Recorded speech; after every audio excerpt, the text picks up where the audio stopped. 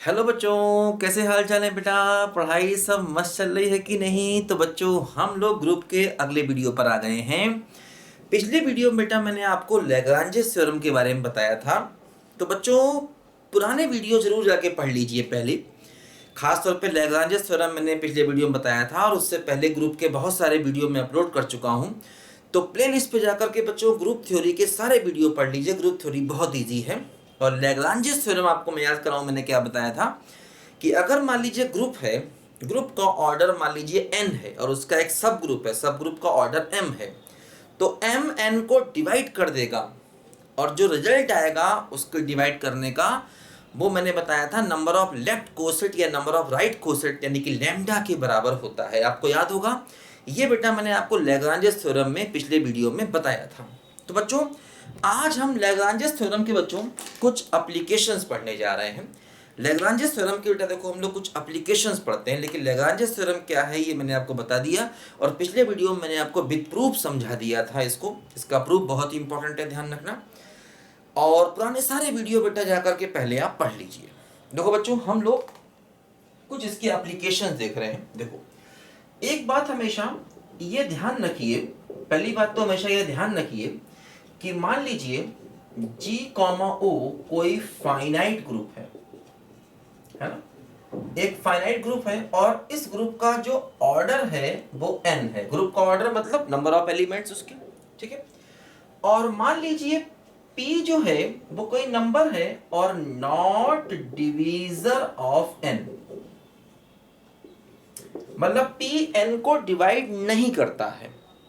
अगर मान लीजिए p कोई नंबर है, या मान लो k, मान लो चलो k कोई नंबर है जो n को डिवाइड नहीं करता है, तो ध्यान रखना इस ग्रुप के पास k ऑर्डर का कोई सब ग्रुप नहीं होगा, है ना। दिस ग्रुप, ठीक है, डज नॉट हैव एनी सब group, does not have any सब ग्रुप ऑफ ऑर्डर k।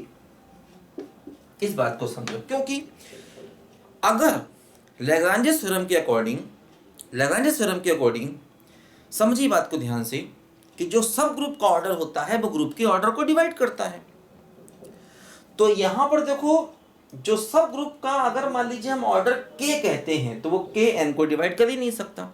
तो इसका मतलब अगर k है ना उसका डिवीजर नहीं है, तो इसका मतलब इतने ऑर्डर का कोई सब ग्रुप इसका नहीं हो सकता, ये कन्फर्म। जैसे कि मान लीजिए मैंने एक ग्रुप लिया, मैंने ग्रुप में मान लीजिए A1 A2 से लेकर के A10 10 एलिमेंट ले लिए, इसका ऑर्डर हो गया 10, इसका ऑर्डर कितना हो गया 10। अब देखो, जैसे मान लो मैंने 3 ले लिया, तो एक सब ग्रुप लिया जिसमें 3 एलिमेंट है मान लीजिए, तो देखो 3 जो है वो 10 को डिवाइड नहीं करेगा, तो ये इसका सब ग्रुप कभी नहीं हो सकता, है ना, क्योंकि 3 10 को डिवाइड नहीं करेगा।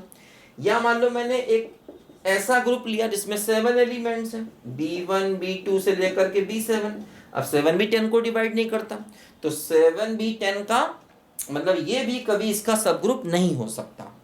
अगर Pn को या Kn को डिवाइड नहीं कर रहा है तो K ऑर्डर का कोई सब ग्रुप उस ग्रुप के पास नहीं हो सकता, ये कन्फर्म है। और ये कहाँ से निकला? ये वही लैग्रांजेस थ्योरम से निकला, क्योंकि लैग्रांजेस थ्योरम ये कहती है बेटा कि सब ग्रुप का ऑर्डर ग्रुप के ऑर्डर को हमेशा डिवाइड करेगा। ये बात समझे? तो ये बात, अब देखो मैं ये भी नहीं कह रहा कि जो डिवाइड करेंगे वो हमेशा इसके सब ग्रुप होंगे। जैसे कि मान लो अगर मैं 2 ऑर्डर का कोई सबसेट ले लूँ, 2 ऑर्डर का, तो अब देखो 2 इसको डिवाइड करेगा, लेकिन ये कंफर्म नहीं है कि ये इसका सब ग्रुप होगा, वो देखना पड़ेगा। लेकिन हाँ, ये सब ग्रुप नहीं होंगे, ये कंफर्म है। ये हो भी सकता, नहीं हो सकता, वो देखना पड़ेगा, है ना। जरूरी नहीं है कि जो चीजें डिवाइड करें तो उतने ऑर्डर का कोई सब ग्रुप हो ही हो।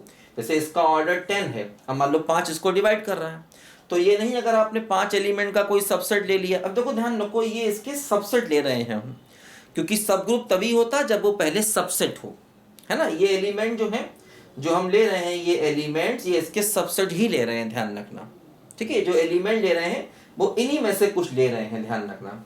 वो लिख दिया मैंने अलग दिखाने के लिए, लेकिन वो जो एलिमेंट आप ले रहे हो वो इन्हीं में से ले रहे हो, जी में से ही, क्योंकि सब ग्रुप होने के लिए पहले वो सबसेट होना चाहिए, फिर सब ग्रुप होगा। तो अब मैं ये नहीं कह रहा हूं कि अगर मैं 2 ऑर्डर का कोई सबसेट ले लूंगा या 5 ऑर्डर का कोई सबसेट ले लूंगा तो वो कन्फर्म इसका सब ग्रुप होगा, ये भी नहीं कह रहा हूं मैं। लेकिन हाँ ये कह रहा हूं कि अगर 3 ऑर्डर का 7 ऑर्डर का आपने लिया तो वो कन्फर्म है इसका सब ग्रुप नहीं होगा, है ना। ये बात ध्यान रखो हमेशा। तो देखो ये इसका एक एप्लीकेशन है। इस टाइप पे कई क्वेश्चन हमसे ऑब्जेक्टिव में अक्सर पूछे जाते हैं, ठीक है। क्योंकि सब ग्रुप के लिए पहले बेटा सबसेट होना चाहिए, फिर वो सब ग्रुप होगा या नहीं होगा वो आगे की बातें हैं, ठीक है।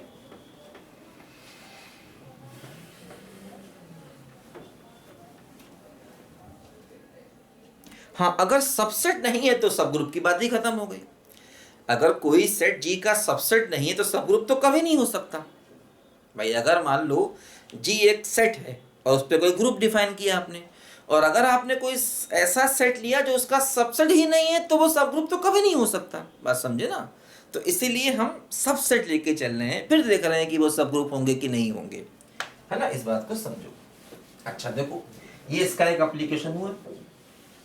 अब देखो इसका दूसरा बेटा एप्लीकेशन देखो, यहां पर ये होगा, ये एक अपने आप में थ्योरम है। देखो थ्योरम बच्चों क्या है ये, कि मान लीजिए कि P एक प्राइम नंबर है। P क्या है बोलो, एक प्राइम नंबर। प्राइम नंबर आप जानते हो, प्राइम नंबर मतलब जो खुद से डिवाइड हो या 1 से डिवाइड हो वो क्या होते हैं, प्राइम नंबर।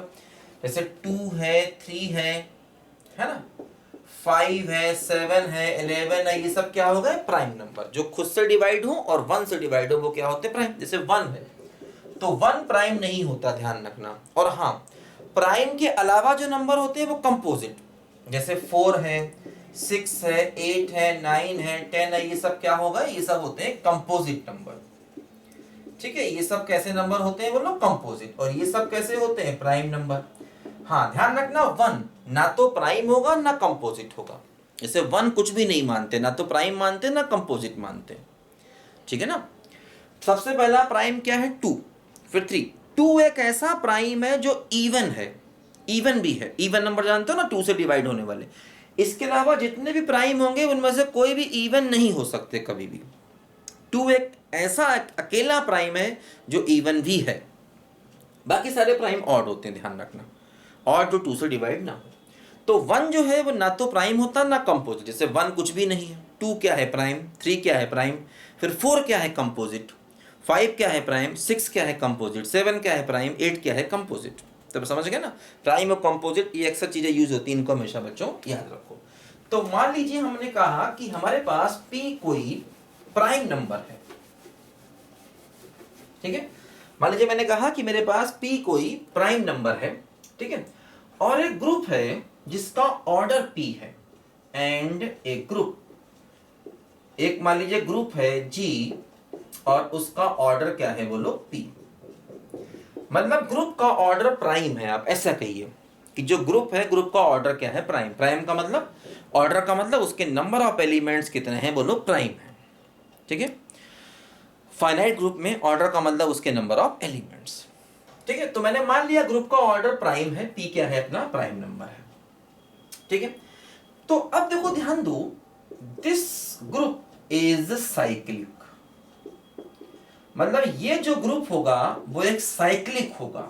ये बात यहां पर ध्यान दो कि मतलब अगर ग्रुप का ऑर्डर प्राइम है तो वो हमेशा एक साइक्लिक ग्रुप होगा। साइक्लिक समझते हो ना, साइक्लिक का मतलब जो किसी एक ही एलिमेंट से जनरेट हो।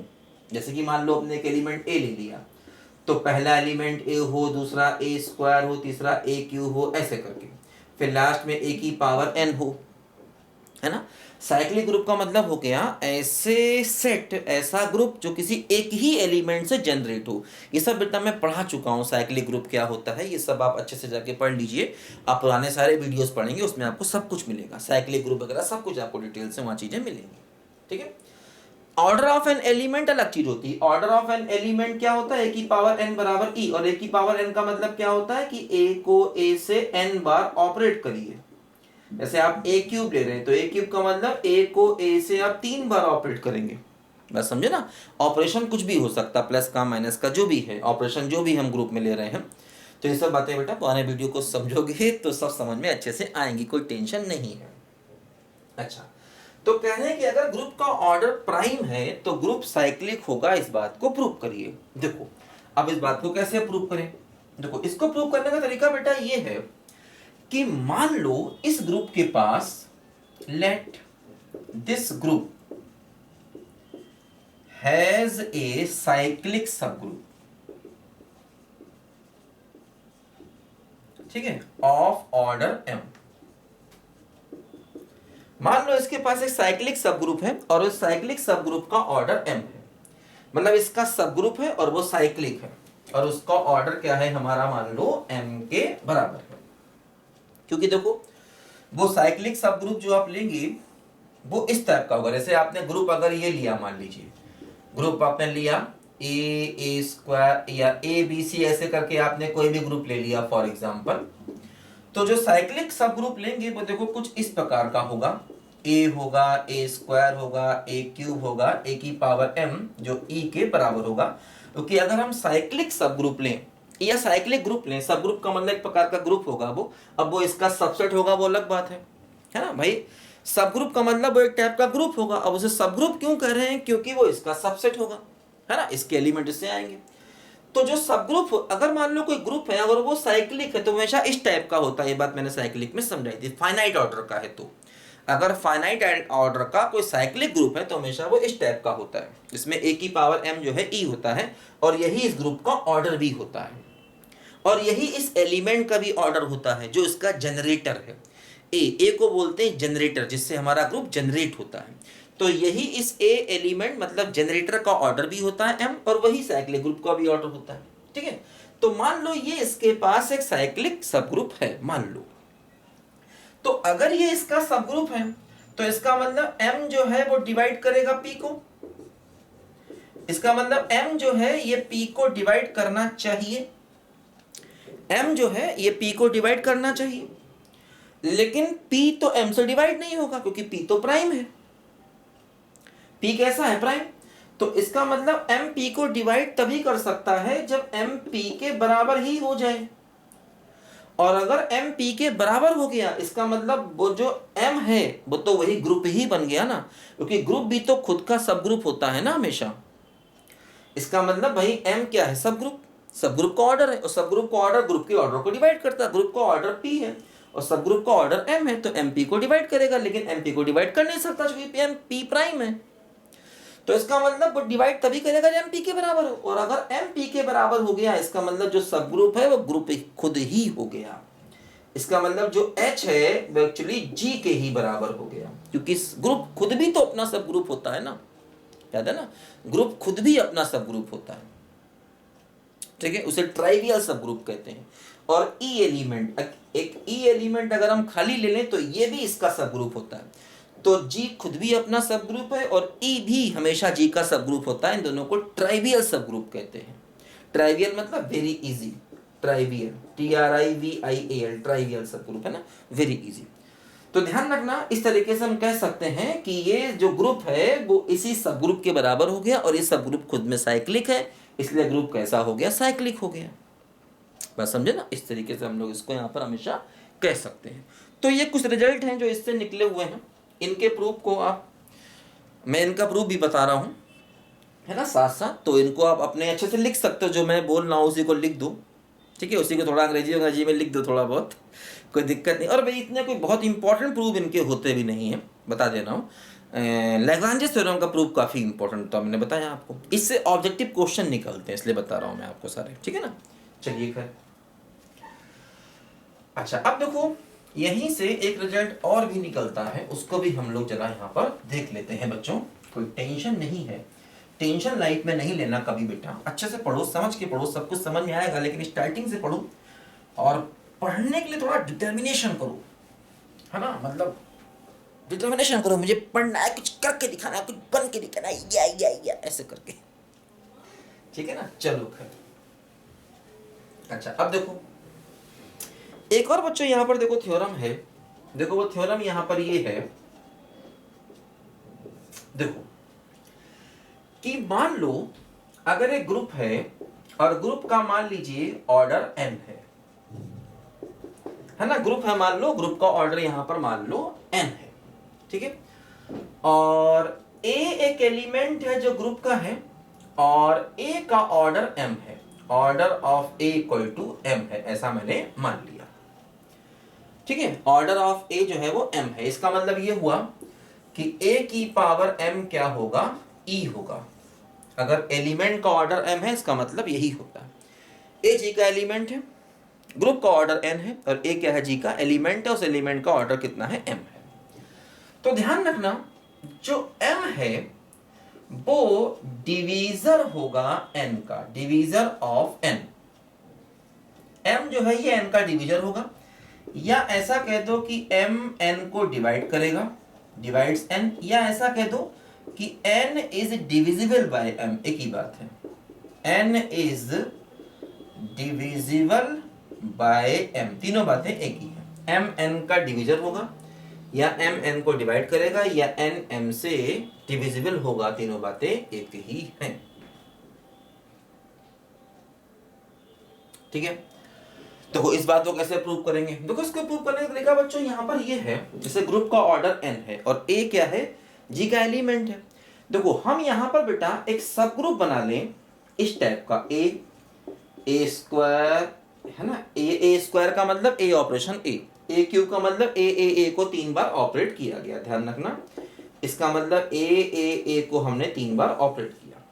ठीक है बच्चों, इस तरीके से देखो हमने ए एम तक ले लिया, है ना, क्योंकि इसका जो ऑर्डर है। अब देखो ये क्या हुआ बच्चों, ये जो एलिमेंट्स आपके आ रहे हैं ये सब ग्रुप के ही एलिमेंट हैं, क्योंकि ए अगर जी का है तो ए ऑपरेशन ए भी जी का होगा, क्योंकि उसके अंदर क्लोजर प्रॉपर्टी होगी, क्योंकि वो ग्रुप है। और ए ऑपरेशन ए भी जी का होगा, सारे एलिमेंट एक्चुअली जी के ही हैं।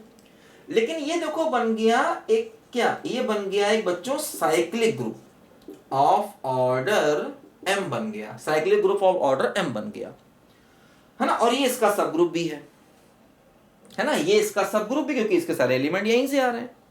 और ये साइक्लिक ग्रुप बन गया और ऑर्डर एम हो गया इसका, क्योंकि देखो इसमें साइक्लिक ग्रुप अगर फाइनाइट है तो उसका हमेशा जो दिखने का मतलब जो उसका पैटर्न होता है वो हमेशा ऐसे ही होता है। अगर साइक्लिक ग्रुप फाइनाइट ऑर्डर का है तो हमेशा ऐसे ही होता है, ये मैंने बताया था साइक्लिक ग्रुप में भी, अभी भी मैंने इसको यूज किया था पिछली थ्योरम में भी।